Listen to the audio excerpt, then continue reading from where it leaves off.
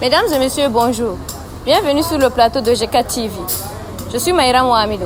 Aujourd'hui, nous avons l'honneur de recevoir le secrétaire exécutif de G4 Cameroun, M. Gamal Yahya Abdulhamidi, qui va nous parler du programme des jeunes ambassadeurs et de la citoyenneté.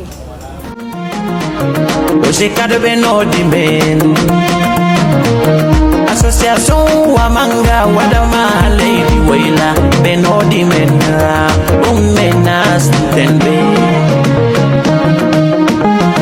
Ase Wallo Bedo Under Lady Cameroun. Bonjour Monsieur Gamal Yahya, secrétaire exécutif de G4 Cameroun. Bonjour. Expliquez brièvement ce que c'est le programme des jeunes ambassadeurs de la citoyenneté et quelles sont principalement les valeurs que vous souhaitez inculquer aux jeunes participants. Alors, merci de me recevoir sur ce plateau de G4 TV. C'est un honneur de parler au nom de l'Organisation des jeunes pour la citoyenneté active et le développement. Parlant du programme des jeunes ambassadeurs de la citoyenneté, ce programme, c'est plus qu'une formation. En fait, c'est un voyage citoyen dans lequel nous inculquons aux jeunes bénéficiaires des valeurs telles que la citoyenneté active, des valeurs tels que le leadership citoyen et bien plus. Nous apprenons à ce jeune-là de comment être un citoyen responsable dans la communauté. D'accord, merci M. Gamal Yahya. Quels sont les objectifs spécifiques du programme? Comment se déroule une année de mandat pour les jeunes ambassadeurs et quelles compétences sont développées chez les participants pendant la formation? Alors, l'objectif du programme, c'est de former, c'est pas de former des jeunes citoyens qui sont responsables. Puisque nous savons que la citoyenneté ne se limite pas à une simple nationalité. La citoyenneté exige un devoir de responsabilité envers notre société, un devoir de responsabilité envers la nation et on peut dire même envers le monde.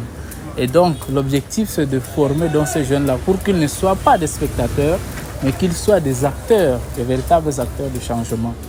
Et parlant du mandat, le mandat des jeunes ambassadeurs, c'est un mandat d'une année, n'est-ce pas? Et durant cette année, les jeunes seront outillés. Durant une année, ils seront outillés de la sélection jusqu'à leur sortie. Ils seront outillés à travers des formations, des ateliers pratiques et puis des simulations pour leur permettre d'incarner un certain nombre de valeurs à travers la pratique. Donc voilà en quelque sorte, si je peux dire de manière brève, le mandat des jeunes ambassadeurs de la citoyenneté.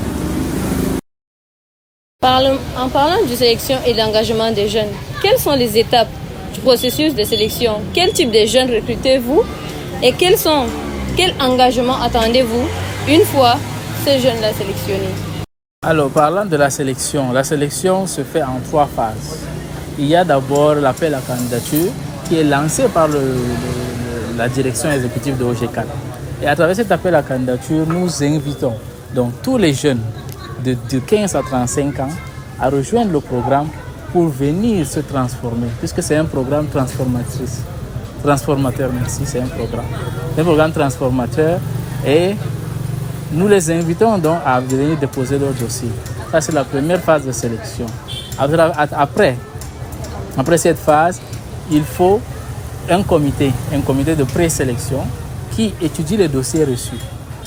Les dossiers reçus nous permettent d'étudier la motivation des jeunes qui ont sélectionné. Et au niveau, la troisième phase vise donc à un entretien. L'entretien vise à faire le lien entre les papiers que nous voyons et que chacun peut faire et la compétence réelle de ces jeunes-là. Donc à travers l'entretien, nous sélectionnons donc des jeunes motivés, des jeunes qui veulent incarner le changement, des jeunes qui ont une détermination à prouver en fait. Et concernant les avantages et l'impact des anciens participants, quels sont les principaux avantages pour les participants en termes de développement personnel et professionnel? Et pouvez-vous partager quelques exemples concrets de projets réalisés par les anciens ambassadeurs? Alors, parlant des avantages, le programme offre, comme je le disais précédemment, une gamme de formation. Et cette gamme de formation permet d'abord, comme premier avantage, de renforcer la confiance en soi, donc des jeunes qui sont sélectionnés. Et également, la mise en place des projets concrets permet aux jeunes de forger son leadership.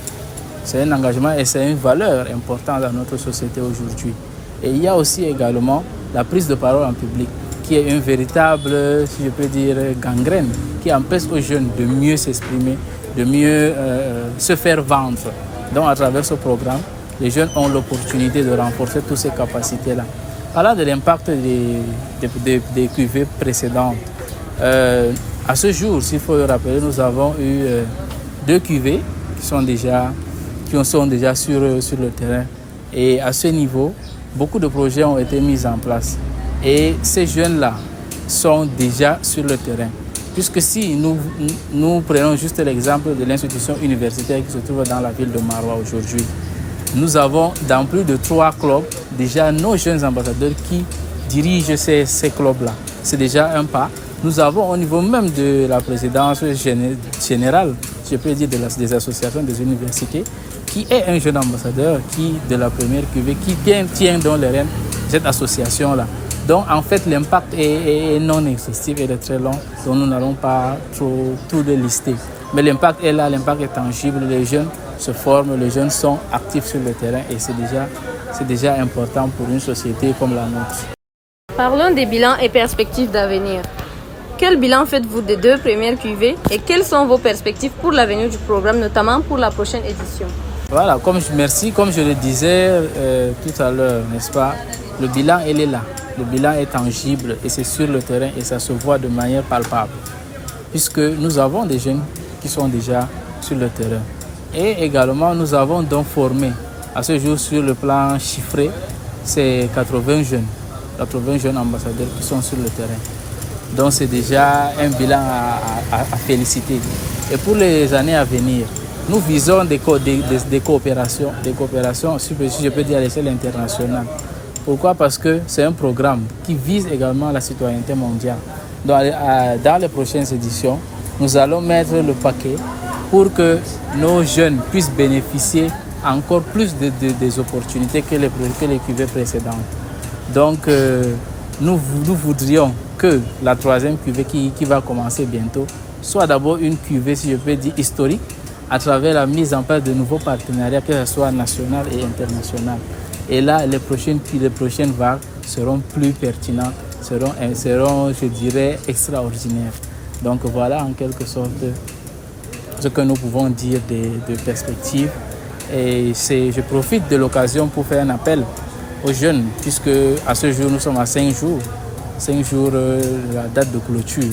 Donc tous ces jeunes qui veulent rejoindre le programme, ce voyage transformateur, nous rejoignent pour qu'ensemble nous puissions construire notre belle nation, le Cameroun.